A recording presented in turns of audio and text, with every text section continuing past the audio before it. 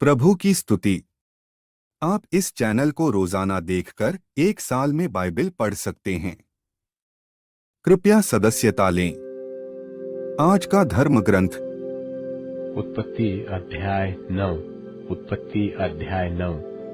फिर परमेश्वर ने नूह और उसके पुत्रों को आशीष दी और उनसे कहा कि फूलो फलो और बढ़ो और पृथ्वी में भर जाओ, और तुम्हारा डर और भय पृथ्वी के सब पशुओं और आकाश के सब पक्षियों और भूमि पर के सब रेंगने वाले जंतुओं और समुद्र की सब मछलियों पर बना रहेगा। वे सब तुम्हारे वश में कर दिए जाएंगे। सब चलने वाले जंतु तुम्हारा आहार होंगे। जैसा तुमको हरे हरे छोटे पेड़ दिए थे, वैसा ही अब सब कुछ देता हूँ। पर मांस को प्राण समेत अर्थात लोहू समेत तुम न खाना, और निश्चय मैं तुम्हारा लोहू अर्थात प्राण का पलटा लूंगा। सब पशुओं और मनुष्यों दोनों में से मैं उसे लूंगा। मनुष्य के प्राण का पलटा मैं एक एक के भाई बंधु से लूंगा। जो कोई मनुष्य का लोहू बहाएगा, उसका लोहू मनुष्य ही से बहाया जाएगा, क्योंकि परमेश्वर ने मनुष्य को अपने ही स्वरूप के अनुसार बनाया है। और तुम तो फूलो फलो और बढ़ो, और पृथ्वी में बहुत बच्चे जन्मा के उसमें भर जाओ। फिर परमेश्वर ने नूह और उसके पुत्रों से कहा, सुनो, मैं तुम्हारे साथ और तुम्हारे पश्चात जो तुम्हारा वंश होगा उसके साथ भी वाचा बांधता हूँ, और सब जीवित प्राणियों में से भी जो तुम्हारे संग है, क्या पक्षी, क्या घरेलू पशु, क्या पृथ्वी के सब बनेल पशु, पृथ्वी के जितने जीव जंतु जहाज से निकले हैं, सबके साथ भी मेरा यह वचन है, मेरी यह वाचा बनती है।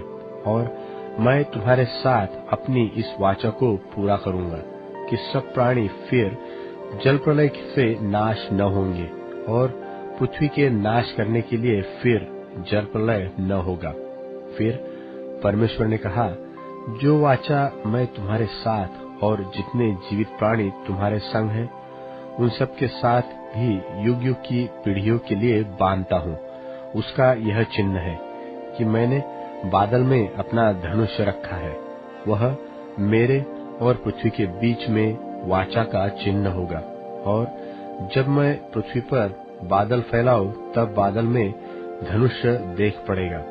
तब मेरी जो वाचा तुम्हारे और सब जीवित शरीरधारी प्राणियों के साथ बंधी है, उनको मैं स्मरण करूंगा। तब ऐसा जल प्रलय फिर न होगा जिससे सब प्राणियों का विनाश हो। बादल में जो धनुष होगा, मैं उसे देख के यह सदा की वाचा स्मरण करूंगा, जो परमेश्वर के और पृथ्वी पर के सब जीवित शरीरधारी प्राणियों के बीच बंधी है।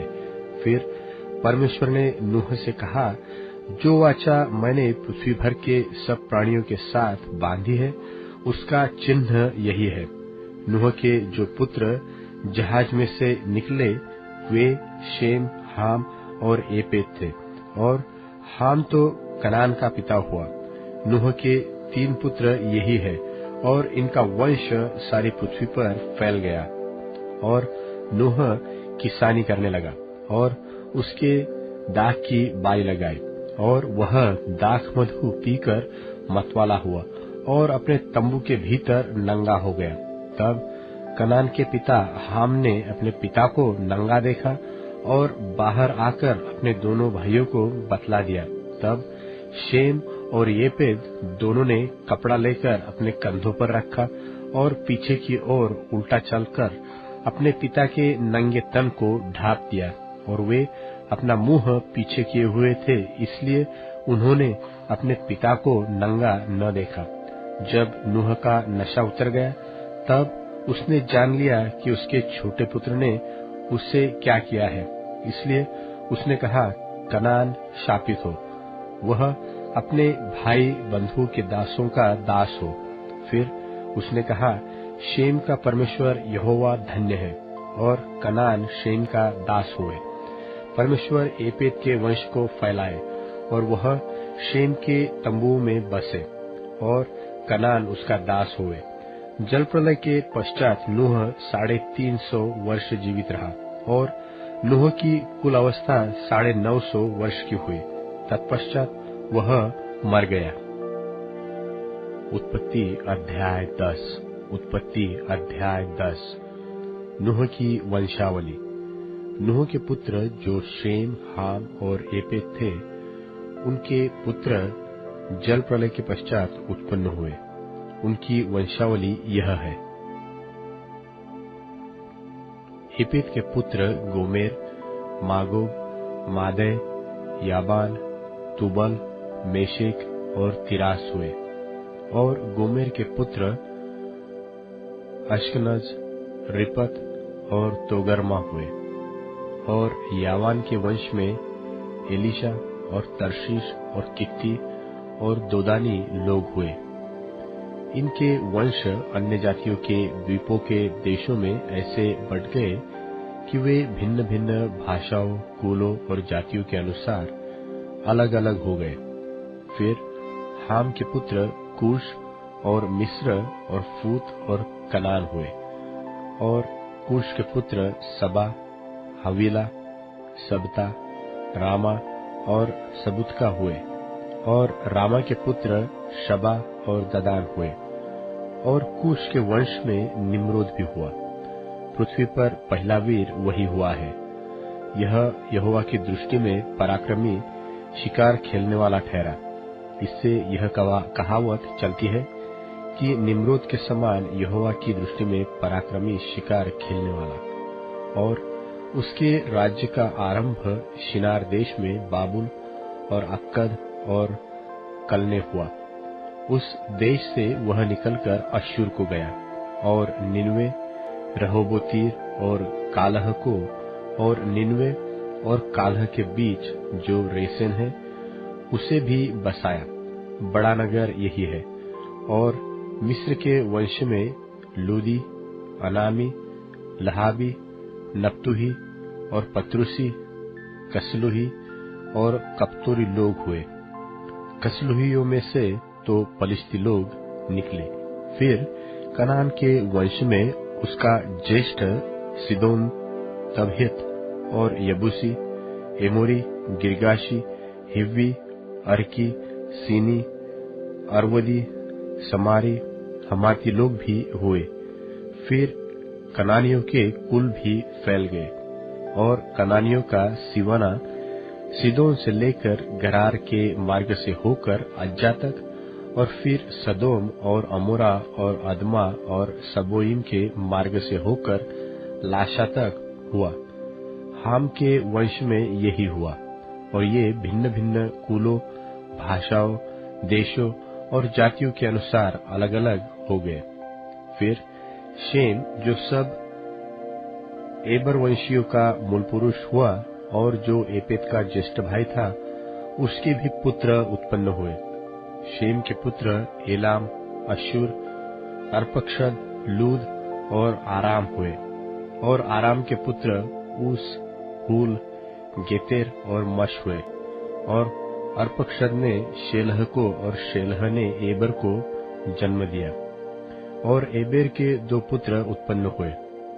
एक का नाम पेलेग इस कारण रखा गया कि उसके दिनों में पृथ्वी बढ़ गई। और उसके भाई का नाम योक्तान है। और योक्तान ने अलमुदाद, शेलेत, हसमावेत, एरह, यदोरवाम, उजाल, दिकला, ओबाल, अबिमाएल, शबा, ओपीर, हवीला और योबाब को जन्म दिया। यही सब योक्तान के पुत्र हुए।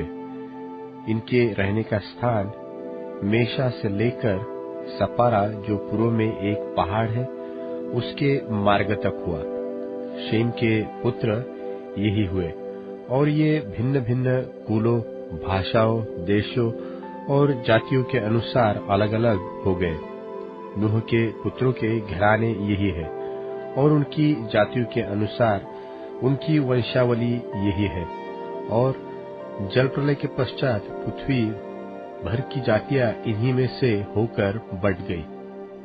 मत्ती रचित सुसमाचार 9वां अध्याय। फिर वह नाव पर चढ़कर पार गया और अपने नगर में आया, और देखो कई लोग एक झोले के मारे हुए को खाट पर रखकर उसके पास लाए।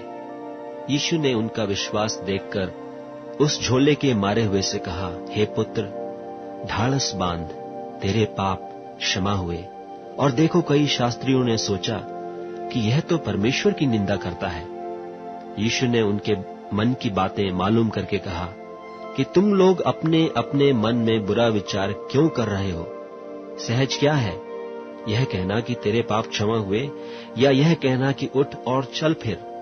परंतु इसलिए कि तुम जान लो कि मनुष्य के पुत्र को पृथ्वी पर पाप क्षमा करने का अधिकार है। उसने झोले के मारे हुए से कहा, उठ, अपनी खाट उठा और अपने घर चला जा। वह उठकर अपने घर चला गया। लोग यह देखकर डर गए और परमेश्वर की महिमा करने लगे, जिसने मनुष्यों को ऐसा अधिकार दिया है। वहां से आगे बढ़कर यीशु ने मत्ती नाम एक मनुष्य को महसूल की चौकी पर बैठे देखा और उससे कहा, मेरे पीछे हो ले। वह उठकर उसके पीछे हो लिया। और जब वह घर में भोजन करने के लिए बैठा तो बहुतेरे महसूल लेने वाले और पापी आकर यीशु और उसके चेलों के साथ खाने बैठे। यह देखकर फरीसियों ने उसके चेलों से कहा, तुम्हारा गुरु महसूल लेने वालों और पापियों के साथ क्यों खाता है? उसने यह सुनकर उनसे कहा, वैद्य भले चंगों को नहीं परंतु बीमारों को अवश्य है। सो तुम जाकर इसका अर्थ सीख लो कि मैं बलिदान नहीं परंतु दया चाहता हूं, क्योंकि मैं धर्मियों को नहीं परंतु पापियों को बुलाने आया हूं। तब यूहन्ना के चेलों ने उसके पास आकर कहा, क्या कारण है कि हम और फरीसी इतना उपवास करते हैं पर तेरे चेले उपवास नहीं करते? यीशु ने उनसे कहा, क्या बाराती जब तक दूल्हा उनके साथ है शोक कर सकते हैं? पर वे दिन आएंगे कि दूल्हा उनसे अलग किया जाएगा, उस समय वे उपवास करेंगे। कोरे कपड़े का पैबंद पुराने पहिरावन पर कोई नहीं लगाता, क्योंकि वह पैबंद पहिरावन से और कुछ खींच लेता है और वह अधिक फट जाता है। और नया दाखरस पुरानी मशकों में नहीं भरते, क्योंकि ऐसा करने से मशकें फट जाती हैं और दाखरस बह जाता है और मशकें नाश हो जाती हैं। परंतु नया दाखरस नई मशकों में भरते हैं और वह दोनों बची रहती हैं। वह उनसे ये बातें कह ही रहा था कि देखो एक सरदार ने आकर उससे प्रणाम किया और कहा, मेरी पुत्री अभी मरी है, परंतु चलकर अपना हाथ उस पर रख तो वह जीवित हो जाएगी। यीशु उठकर अपने चेलों समेत उसके पीछे हो लिया। और देखो एक स्त्री ने, जिसके 12 वर्ष से लहू बहता था, उसके पीछे से आकर उसके वस्त्र के आंचल को छू लिया, क्योंकि वह अपने मन में कहती थी कि यदि मैं उसके वस्त्र ही को छू लूंगी तो चंगी हो जाऊंगी। यीशु ने फिरकर उसे देखा और कहा, पुत्री, ढाढ़स बांध, तेरे विश्वास ने तुझे चंगा किया है। सो वह स्त्री उसी घड़ी चंगी हो गई। जब यीशु उस सरदार के घर में पहुंचा और बांसुरी बजाने वालों और भीड़ को हुल्लड़ मचाते देखा, तब कहा, हट जाओ, लड़की मरी नहीं पर सोती है। इस पर वे उसकी हंसी करने लगे। परंतु जब भीड़ निकाल दी गई तो उसने भीतर जाकर लड़की का हाथ पकड़ा और वह जी उठी। और इस बात की चर्चा उस सारे देश में फैल गई। जब यीशु वहां से आगे बढ़ा तो 2 अंधे उसके पीछे यह पुकारते हुए चले कि हे दाऊद की संतान, हम पर दया कर। जब वह घर में पहुंचा तो वे अंधे उसके पास आए और यीशु ने उनसे कहा, क्या तुम्हें विश्वास है कि मैं यह कर सकता हूं? उन्होंने उससे कहा, हां प्रभु।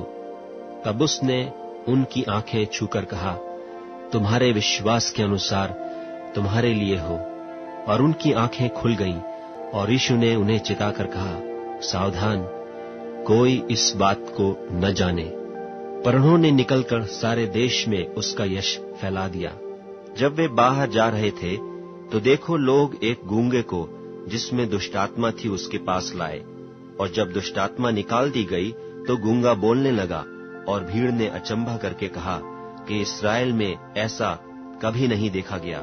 परंतु फरीसियों ने कहा, यह तो दुष्टात्माओं के सरदार की सहायता से दुष्टात्माओं को निकालता है। और यीशु सब नगरों और गांवों में फिरता रहा और उनके सभाओं में उपदेश करता और राज्य का सुसमाचार प्रचार करता और हर प्रकार की बीमारी और दुर्बलता को दूर करता रहा। जब उसने भीड़ को देखा तो उसको लोगों पर तरस आया, क्योंकि वे उन भेड़ों की नाई जिनका कोई रखवाला न हो, व्याकुल और भटके हुए से थे। तब उसने अपने चेलों से कहा, पक्के खेत तो बहुत हैं, पर मजदूर थोड़े हैं। इसलिए खेत के स्वामी से विनती करो कि वह अपने खेत काटने के लिए मजदूर भेज दे। मत्ती रचित सुसमाचार 10वां अध्याय। फिर उसने अपने 12 चेलों को पास बुलाकर उन्हें अशुद्ध आत्माओं पर अधिकार दिया कि उन्हें निकालें और सब प्रकार की बीमारियों और सब प्रकार की दुर्बलताओं को दूर करें। और 12 प्रेरितों के नाम ये हैं। पहला शमौन, जो पतरस कहलाता है, और उसका भाई अंद्रियास, जब्दी का पुत्र याकूब और उसका भाई यूहन्ना, फिलिप्पुस और बरतुल्मै थोमा और महसूल लेने वाला मत्ती, हल्फई का पुत्र याकूब और तद्दई, शमौन कनानी और यहूदा इस्करियोती, जिसने उसे पकड़वा भी दिया। इन 12 को यीशु ने यह आज्ञा देकर भेजा कि अन्य जातियों की ओर न जाना और सामरियों के किसी नगर में प्रवेश न करना, परंतु इस्राएल के घराने ही की खोई हुई भेड़ों के पास जाना। और चलते चलते प्रचार कर कहो कि स्वर्ग का राज्य निकट आ गया है। बीमारों को चंगा करो, मरे हुओं को जिलाओ, कोढ़ियों को शुद्ध करो, दुष्टात्माओं को निकालो। तुमने सेंत मेत पाया है, सेंत मेत दो। अपने पटकों में न तो सोना और न रूपा और न तांबा रखना। मार्ग के लिए न झोली रखो, न 2 कुर्ते, न जूते और न लाठी लो, क्योंकि मजदूर को उसका भोजन मिलना चाहिए। जिस किसी नगर या गांव में जाओ तो पता लगाओ कि वहां कौन योग्य है, और जब तक वहां से न निकलो उसी के यहां रहो, और घर में प्रवेश करते हुए उसको आशीष देना। यदि उस घर के लोग योग्य होंगे तो तुम्हारा कल्याण उन पर पहुंचेगा, परंतु यदि वे योग्य न हो तो तुम्हारा कल्याण तुम्हारे पास लौट आएगा। और जो कोई तुम्हें ग्रहण न करे और तुम्हारी बातें न सुने, उस घर या उस नगर से निकलते हुए अपने पांवों की धूल झाड़ डालो। मैं तुमसे सच कहता हूं कि न्याय के दिन उस नगर की दशा से सदोम और अमोरा के देश की दशा अधिक सहने योग्य होगी। देखो, मैं तुम्हें भेड़ों की नाई भेड़ियों के बीच में भेजता हूं। सो सांपों की नाई बुद्धिमान और कबूतरों की नाई भोले बनो, परंतु लोगों से सावधान रहो, क्योंकि वे तुम्हें महासभाओं में सौंपेंगे और अपनी पंचायतों में तुम्हें कोड़े मारेंगे। तुम मेरे लिए हाकिमों और राजाओं के सामने उन पर और अन्य जातियों पर गवाह होने के लिए पहुंचाए जाओगे।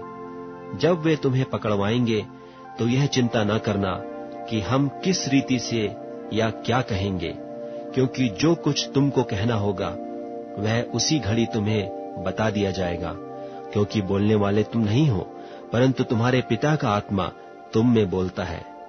भाई भाई को और पिता पुत्र को घात के लिए सौंपेंगे, और लड़के वाले माता पिता के विरोध में उठकर उन्हें मरवा डालेंगे।